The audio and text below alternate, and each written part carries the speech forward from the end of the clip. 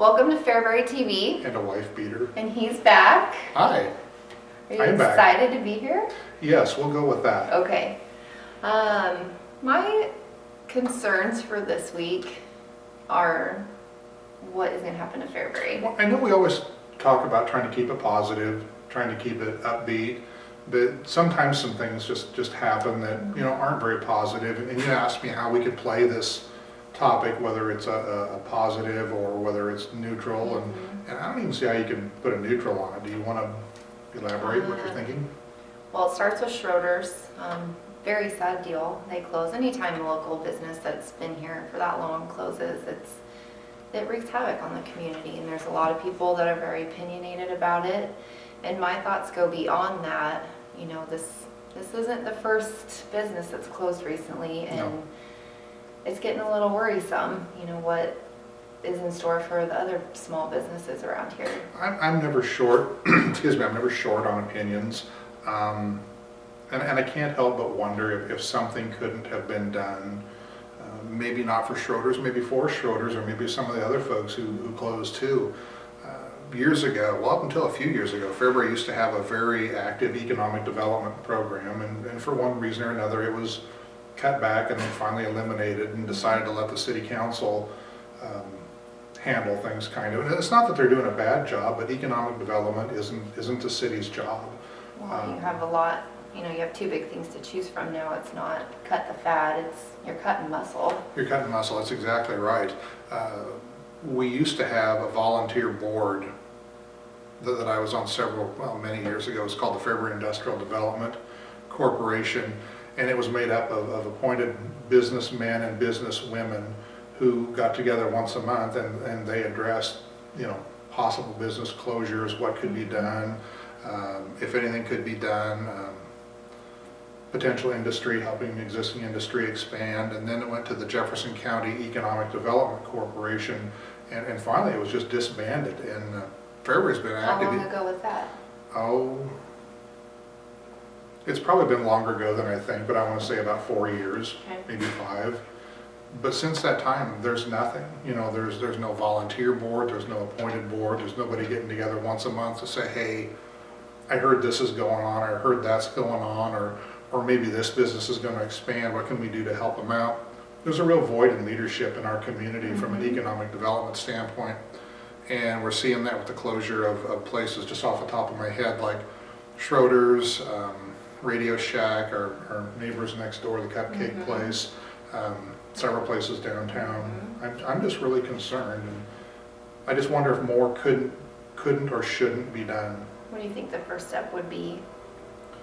Because what do you do? I mean, obviously everybody can donate some money, but where do you put it? Do you give it to the bottom? Do you give it to, how do you choose?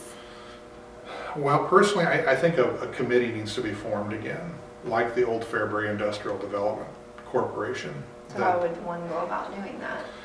For the city council? No, it actually is devoid of the city council. It was private businessmen and businesswomen. Just on their own accord? Well, they each ponied up a certain amount of money, and it went into a kitty, and it was oversaw by, I don't remember if it was the Fairbury Civic Foundation, or if the old FIDC board themselves oversaw it with the secretary, treasurer, president, vice president. Actually, I think that's how it went. And they met once a month, and they just talked about, some things that were going on in the community, or things that could go on in the community, or if people saw a need for, a certain sector. And I think that needs to happen again. I think one thing that needs to happen is, your age group, you have volunteered, you've done what you can. It's time for my age range to step up. And I agree with that. So I know, I'm on the Kiwanis, and we need a lot of volunteers for that. I know Optimist Club, and there's a lack of people willing to volunteer, even if it comes to coaching youth sports that aren't put on by the school. There's always a lack of that, and it's sad to see. Another Fairbury businessman and we were talking about that very same thing this morning, how you typically don't see a lot of young people involved in their communities outside of what their close circle of interest is. And I know you're interested in the Fairbury Youth Tackle Football. It's a great thing for you to be doing, but the younger people need to expand beyond, you know, whether they're interested in wrestling or Needs to be PTA or. community-based. Exactly, because a lot of people my generation and even older, you know, they put in 20, 25, 30 plus years being on every board and every committee there is to be on. And after a while, you know, you've kind of run that course and you're tired of doing It's that. time for new, fresh ideas and the next generation to step up and take over, so. So I think really, I think that's what needs to happen is, I mean, another board needs to be formed, and it's probably one of those things that, you know, would I do it again? Yeah, I would, because I think it's important enough to do. And there was an article in this week's paper about that in the editorial. Hopefully it'll spark some interest, because there are a lot of bright young people out there like yourself and you know, many others in the community, and maybe they just need to be asked if they would serve. Well, it made me think too, because, you know, I'm the same way with certain things. I don't realize what I have until it's taken from me, and then I complain about it being gone. But I could have shopped at Schroeder's more. Well, And that's just an example, you know. Well, it's a pet peeve of mine, you know. I try to buy what I can locally. But when you, I'll use Schroeder's for example. They're going out of business, you know, citing not enough customers. Now that they've announced they're going out of business, their store's full of people. Wanting to take advantage of the sale. Sure, well, why aren't these people going there all along? Exactly. You know, they have sales every week, and Schroeder's are going to be very well missed in the community. I didn't realize that their payroll was as big as it was. I know, I didn't either. And if you look at the economics of it, it's more than losing the payroll. It's more than losing a place to shop. The tax base has been dwindled. Our utilities department, you know, they're gonna have a cutback in a customer. You know, there's a lot of negatives to be had from this.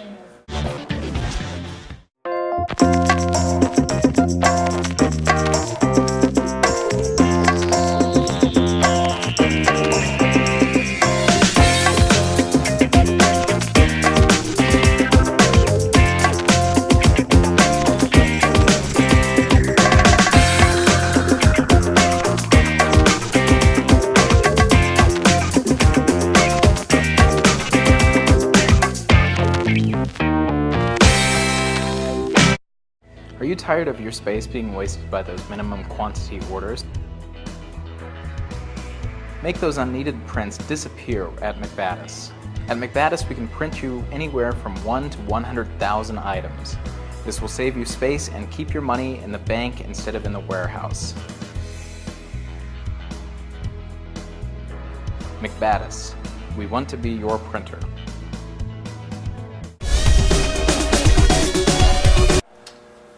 Plastic. That was plastic found in beef in Thayer County lunches. This one kind of hits home to me, and I don't know if you know why. It was in their schools, is that correct? We deliver, one of the businesses that I'm associated with, Canning Truck, we deliver school commodities. Really? Yeah. I didn't know that. Oh yeah, we deliver commodities to the schools throughout Nebraska. Okay. And I guess I kind of find this a little bit funny. I mean, it's not funny, No. but it is kind of funny because have you ever seen what a school lunch is like? Well, I've eaten quite a few in my day, but I've never seen it arrive at the school, nor would I probably want to. You know, you get on me about eating at McDonald's. Yeah, that might be better than a lot Even of- now that they're trying to change everything and the school food has absolutely no flavor. The school food has no flavor and the kids don't like it. Maybe plastic would improve the flavor. But still, I mean, it's a pretty serious thing. And Well, it is. What if your child, you know, swallowed it and 2 days later you're in the ER because as it was making its way out? I mean, it could cause... well, there was a whole chicken thing a couple weeks ago, and earlier today I read about, I think beef, pork, and chicken. There's some concerns now about how the food is handled, how it's prepared. The school commodity foods, you know, I'm sure they're prepared under strict guidelines. Oh, yeah. But, you know, how that happens, I don't know. Does it happen? Yeah, it does happen. It's a pretty serious thing. Well, Human error is always going to be a problem. Human error is but always going to be a problem. It's just pretty scary. Yeah. Halloween. What are you going to dress up as? Or should we surprise them and dress up next week? I think I'll dress up as you next week. Okay.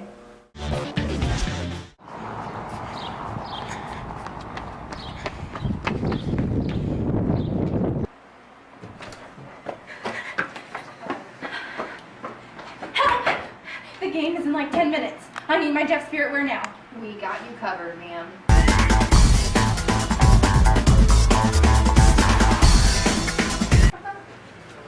Here you go, ma'am. Thank you so much. You're welcome. That was so fast. MSA, we do everything fast. Oh, great. Bye. Bye.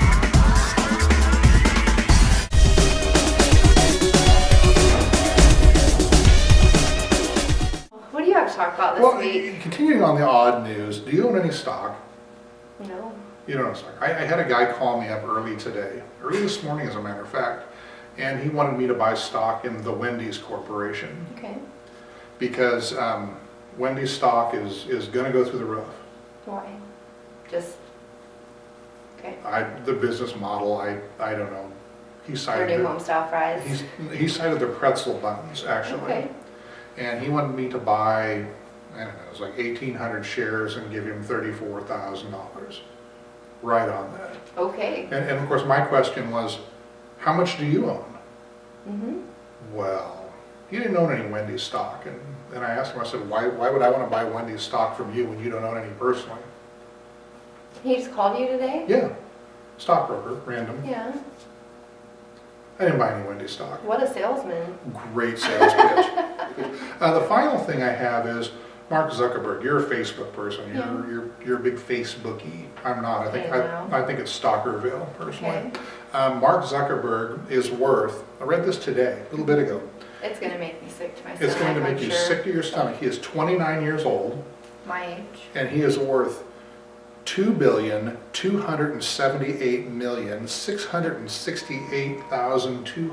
$2,278,668,214. Nobody who's 29 years old should be worth that kind of money. How is that even possible? Unless you have an online drug ring like that guy from last week. Well, that's actually what I thought about. But how is that possible? Well, he exploits people.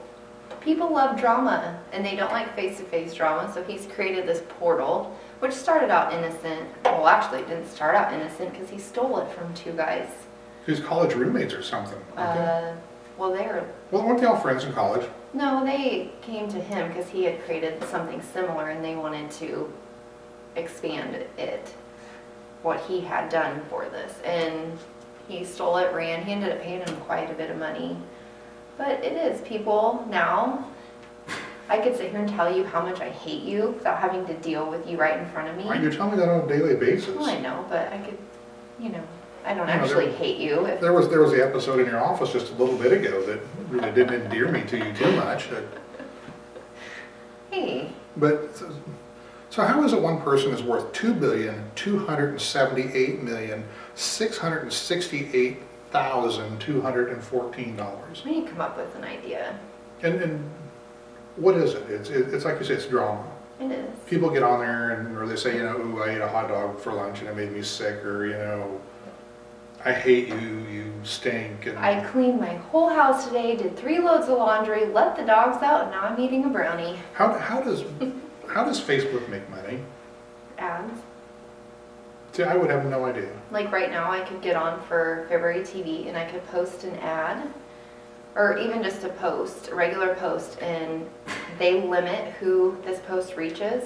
So for another $5, $10, $20, $30, I could pay them and it would reach more people. See, that whole thing creeps me out. Then we could get on and have an ad on Facebook. It's huge.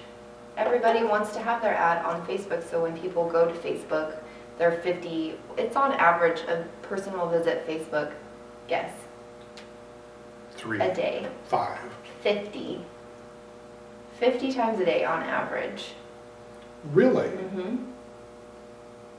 What aren't these people doing that they're on Facebook 50 times a day? Well, they're not working, they're not spending time with their children, they're not outside enjoying life, they're watching it on the news feed. I realize it's an important part of our business, what we do at FairburyTV.com. It is, for business, And yes. for the other things business-wise that we do, but, I know people whose total life is just getting on Facebook and creeping on other people, or seeing what their kids are doing or what their neighbors are doing, and this guy has made $2.3 million. There are people that let their 8-year-olds have a Facebook account. And then you see all this bullying. I'm sorry, but a child should not have the right to be on a site like that.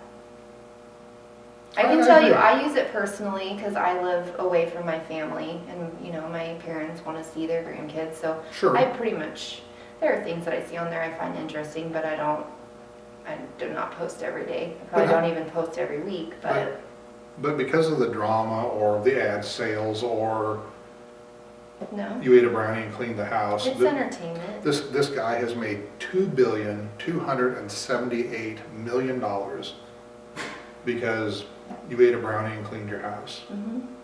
Well, I was just amazed at that. 29 years old. Congrats to him, though. Hey, yeah. Congrats to him. I'm just amazed, and that's really all I had for this week. Okay. Okay.